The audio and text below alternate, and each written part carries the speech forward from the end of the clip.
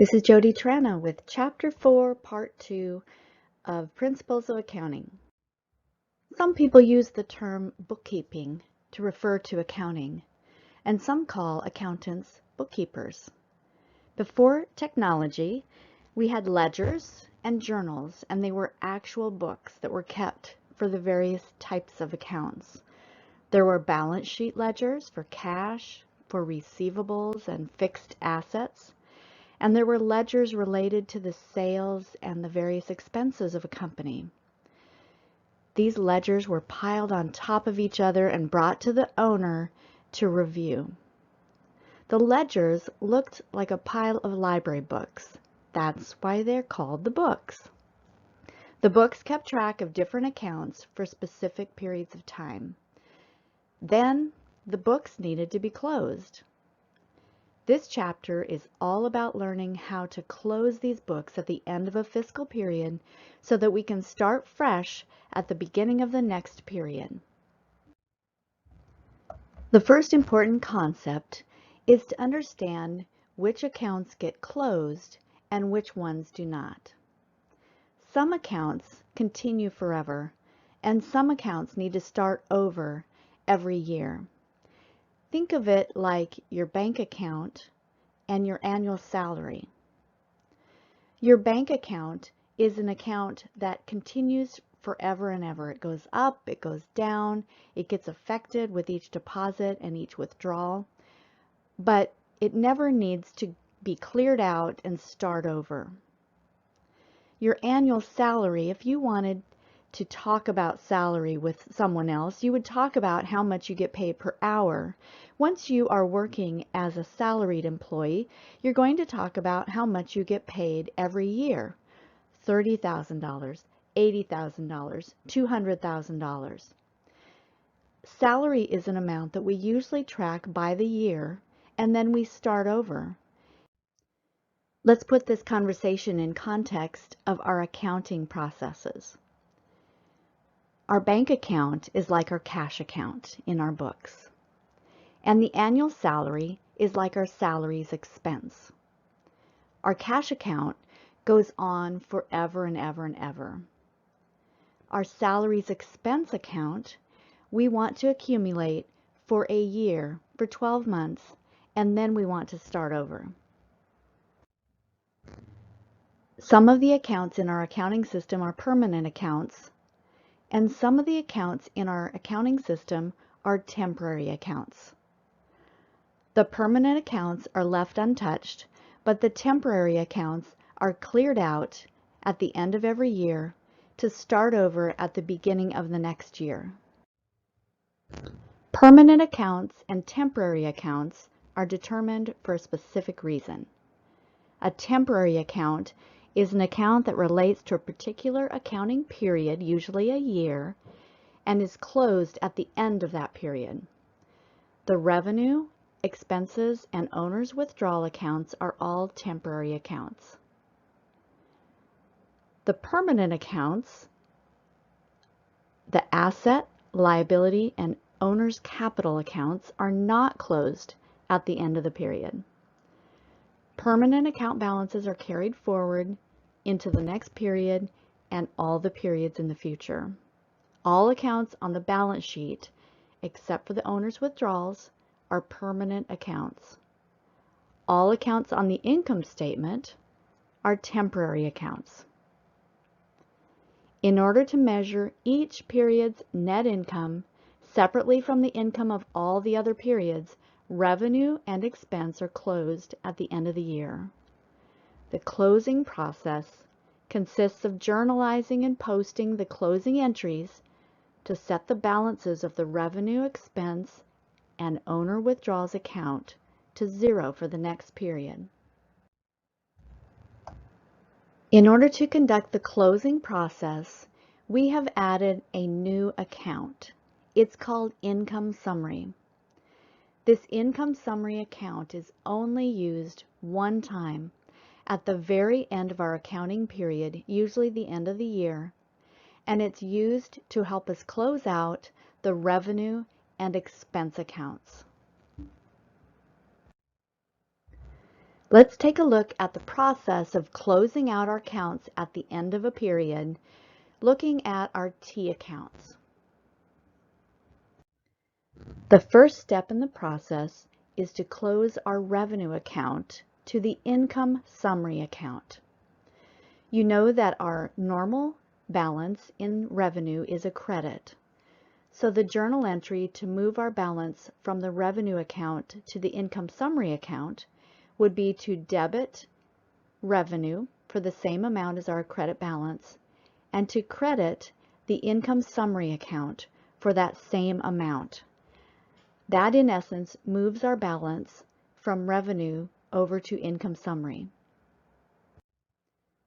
The second step in the process is to journalize a similar transaction to move the expenses into the income summary. This time, because expenses have a normal balance of a debit, we will first debit the income summary account for the total amount of each expense account, and then we will credit each expense account to move all of our expense account balances into the income summary account.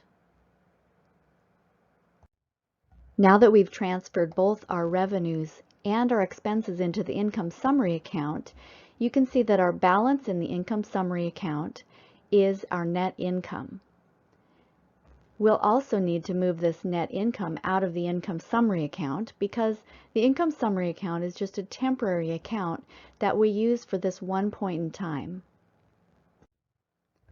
The third step in the closing process is to move the balance from the income summary account to the owner capital account. In this instance, our net income was a credit balance. In order to move our net income into our owner capital, we would then debit income summary and credit owner capital. It is possible that we would have a net loss in our income summary instead of a net income. If we had a net loss, it would be on the debit side of our income summary. If we had a net loss, we would be debiting owner capital and crediting the income summary in order to move that net loss into our owner capital account. The fourth step in the process is to move our owner's withdrawals into our owner capital account. Owner withdrawals is an amount that we only want to see accumulate for a year. So we need to close that account into the owner capital account. This was also shown on our statement of owner's equity report that we practiced during the last class. Now let's take a look at the whole process. We first closed our revenue account into income summary. Second, we closed all of our expense accounts into income summary. This left a balance in income summary of a net income or a net loss. We moved that net income into owner capital, and we also move our owner withdrawals into owner capital. This gives us a new ending balance in owner capital. It's just like the statement of owner's equity that we completed during the last class. Now we're going to look at each one of the journal entries that you would post in order to close these temporary accounts. The first one is to close service revenue. With a credit balance in service revenue originally, we need to debit service revenue, $17,500, and credit income summary. Our explanation is simply to close revenue. In our T account demonstration, we only showed one expense account, but of course there are many expense accounts. Our expense accounts have a normal balance of a debit, so in order to clear out our expense accounts, we need to credit them. Here you can see a compound journal entry that has income summary debited and all of the expense accounts credited in order to clear them out. This is a good example of a journal entry that you may want to total up just to make sure that your journal entry balances. Immediately after we've closed the revenue account and all of our expense accounts into income summary, we're going to close that income summary account, and then we won't use it again until next year. The income summary account now is holding our net income balance. That's a credit balance in income summary. That makes sense if you think about it, because a credit balance is going to increase our capital account, which increases equity. In order to move that credit balance from our income summary account into our capital account, we will need to debit income summary and credit Bright Capital. Let's take a look at what a journal entry might look like if we had a net loss in our company. Here you can see in our income summary account, we have a balance, a net loss of $2,000. That's a debit balance. A debit balance is going to ultimately reduce our equity. In order to move that net debit balance into our owner capital, we need to debit owner capital and credit our income summary. Now that we've moved all of our income into our capital account, the only other adjustment is to close out our withdrawals account into the capital account. The withdrawals account is going to be a debit balance which reduces equity. So we're going to first debit our Bright Capital account for the amount in withdrawals, and then we will credit our Bright withdrawals account to clear out that balance. Here's a look at all the journal entries in one place. The service revenue is closed first. Second, we close all of our expense accounts.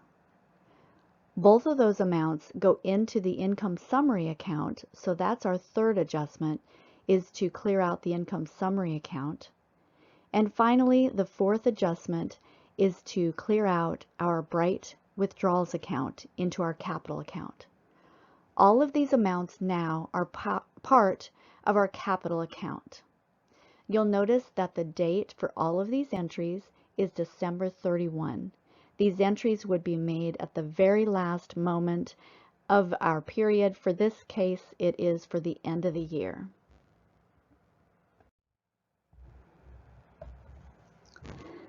Let's look at the ledger accounts one more time, all together. The green arrow shows the first closing entry. That's to close out service revenue into the income summary account. The orange line shows the second closing entries. That's to close all of the expense accounts into the income summary account.